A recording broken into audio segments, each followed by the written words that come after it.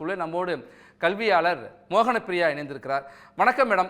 இப்போ படைப்பாற்றலை மேம்படுத்துவதற்கு தாய்மொழி வழி கல்வி தான் சிறந்தது என்று சொல்கிறாங்க. தாய்மொழி வழி கல்வி என்று சொல்லும்போது தமிழ்நாட்டை பொறுத்த வரைக்கும் தமிழ் மொழி வழி கல்வி. ஆனால் தமிழ்நாட்டிலே இன்றைக்கு அரசு பள்ளிகள் உட்பட பெரும்பான்மையாக ஆங்கில வழி கல்வியை நோக்கி மாணவர்கள் சென்று கொண்டிருக்கிறார்கள். அந்த ஆங்கில வழி கல்வியை நோக்கி செல்வது என்பது ஆங்கில வழி கல்வியுடைய எண்ணிக்கை அதிகரித்து கொண்டு இருப்பதும் தமிழ் வழியிலே படிப்புகளுடைய எண்ணிக்கை தொடர்ந்து குறைந்து கொண்டு வருவதும் அந்த காலனிய ஆதிக்கத்தினுடைய வெளிப்பாடாகவும் இருக்கிறது என்று மத்திய கல்வி அமைச்சர் தெரிவித்திருக்கிறார். உங்களுடைய பார்வை என்ன? இந்த நிலைப்பாடு ரொம்ப கரெக்டானது. அதாவது ஸ்கூல் எஜுகேஷன்ல பொறுத்த வரைக்கும் தமிழ் மீடியம்ல படிக்கிறது அப்படின்றது மிக குறைவாயிருச்சு. தமிழ்நாட்டை பொறுத்த வரைக்கும் தமிழ் மீடியம்ல படிக்கிறது ரொம்ப குறைஞ்சு போச்சு. இங்கிலீஷ் வழியில படிக்கிறது அப்படின்றது ரொம்ப ஜாஸ்தி ஆயிருச்சு அப்படின்றது உண்மையான ஒரு விஷயம்தான். ஆனா ஸ்கூல் எஜுகேஷன் வரைக்குமே நம்ம பேச முடியாது. அடுத்த லெவலான காலேஜ் எஜுகேஷனை பத்தியும் நம்ம கண்டிப்பா பேச வேண்டியிருக்கு. ஹையர் எஜுகேஷன் அப்படின்றதையும் நம்ம கண்டிப்பா இங்க பார்க்க வேண்டியிருக்கு. ஸ்கூல்ஸ் வரைக்கும் படிப்பு நின்றுடும் அப்படின்னா கண்டிப்பா போதும், அது மட்டுமே போதுமானதாக இருக்கும். ஆனா கண்டிப்பா இங்க என்ன முக்கியமானதுன்னா ஹையர் எஜுகேஷனுக்கு போகும்போது இந்த கம்யூனிகேட்டிவ் லாங்குவேஜ் அப்படின்றது ரொம்ப ரொம்ப இம்பார்ட்டன்ட். அந்த இடத்துலதான் இந்த இங்கிலீஷ் அப்படின்ற ஒரு விஷயம் வருது.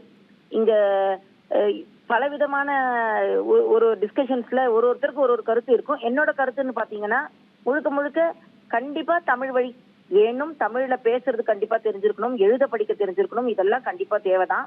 ஆனா முழுக்க தமிழ்ல மட்டும்தான் படிக்கணும், தாய்மொழியில மட்டும்தான் படிக்கணும் அப்படின்றது எந்த ரெஸ்ட்ரிக்ஷன் கிடையாது. தமிழ் தெரிஞ்சிருக்கணும்.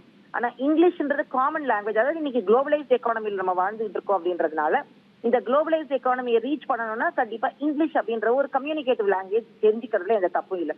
அந்த கம்யூனிகேட்டிவ் லாங்குவேஜ்ல படிக்கும் போது கண்டிப்பா அந்த வாய்ப்புகள் கொஞ்சம் ஜாஸ்தி ஆகுது. அதை ஏற்கனவே நம்ம அமல்படுத்தியிருக்காங்க. இங்க நம்மளோட GR ரேஷியோ நீங்க பாத்தீங்கன்னா 50% மேல போயிடுச்சு தமிழ்நாடு. ஸோ அப்படி இருக்கும் போது இந்த நேஷனல் ரேஷியோவை விட தமிழ்நாட்டு ரேஷியோ GR ஜாஸ்தியா இருக்கிறதுனால இங்கிலீஷ்ன்ற காமன் லாங்குவேஜ், அது கம்யூனிகேட் லாங்குவேஜ் மூலியமா படிக்கும் போது இந்த தொழில்நுட்பத்திலேயோ இல்ல உலகளாவிய வளர்ச்சி அடையறதுக்குமே கண்டிப்பா யூஸ்ஃபுல்லா இருக்கும். அப்படின்றதுனால இங்கிலீஷ் அப்படின்ற சேனல்ல யூஸ் பண்ணிக்கிறதுல எந்த தப்பு. அதனாலதான் இந்த இருமொழி கொள்கை இந்த அளவுக்கு பேசு பொருளாக இருக்குது. மூணாவது லாங்குவேஜ் ஆனா ஹிந்திய திணிக்க வேணாம் அப்படின்றாங்க. திணிக்கிறது கிடையாது, இது அவங்களோட விருப்பம் தான். ஹிந்தி திணிப்புன்னு சொல்லல, அவங்க ரொம்ப தெளிவுபடுத்திருக்காங்க. ஏதாவது ஒரு இந்திய மொழியை கற்பிப்பதற்கான கற்றுக்கொள்வதற்கான வாய்ப்பு, அது திராவிட மொழிகளாக இருக்கலாம், தமிழ், தெலுங்கு, மலையாளம், கன்னடம், இந்த திராவிட குடும்பத்து மொழிகளாகவும் இருக்கலாம். அவர்களுடைய மாணவர்களுடைய விருப்பம் தான் சொல்லியிருக்காங்களே. கண்டிப்பா எந்த ஒரு மொழியாவது படிக்கலாம். ஆனா இன்னும் ஒரு விஷயம் என்னன்னா, இப்போ சயின்ஸ் அண்ட் டெக்னாலஜி ரொம்ப டெவலப் ஆயிடுச்சு. டெவலப் ஆன நேரத்துல அதை கான்சென்ட்ரேட் பண்றதுக்கே ஸ்டூடெண்ட்ஸ்க்கு ரொம்பவே கஷ்டப்பட்டுக்கிட்டு இருக்க நேரத்துல லாங்குவேஜஸ் கண்டிப்பா நம்மளுக்கு வேணும் தான். அதான் தாய்மொழி வேணும், கம்யூனிகேட்டிவ் லாங்குவேஜ் வேணும். 3வது 4வது 5வதுன்ற மொழிகள் தேவையா அப்படின்றதும் ஒரு பெரிய கொஸ்டின் மார்க் இருக்குங்க சார். அத்தனை மொழிகளுக்கு என்ன அவசியம் இருக்கு அப்படின்றது. ஏன்னா நம்ம குளோபல் வேர்ல்டுக்கு போகும்போது என்ன மொழி தேவை அப்படின்றதா முக்கியமானது. நம்மளுடைய இங்க இருக்கிறவங்க ஏற்கனவே நம்மளுடைய ஸ்டூடெண்ட்ஸ் எல்லாம் நல்லா டெவலப் ஆகி போயிருக்காங்க. நம்மளோட ஸ்டேட் நல்ல எஜுகேஷன் வைஸ், அதே மாதிரி ஹெல்த் கேர்ல நல்ல டெவலப் ஆயிருக்காங்க. இதுக்கெல்லாம் காரணம் அந்த இங்கிலீஷ்ன்ற ஒரு பேஸ் நம்மளுக்கு எல்லாருக்குமே இருக்குன்றதுனாலதான். அந்த டெவலப்மெண்ட் இருக்கு நம்மளுக்கு எல்லாருக்குமே. அதை நோக்கி போறது பெஸ்ட் அப்படின்றது.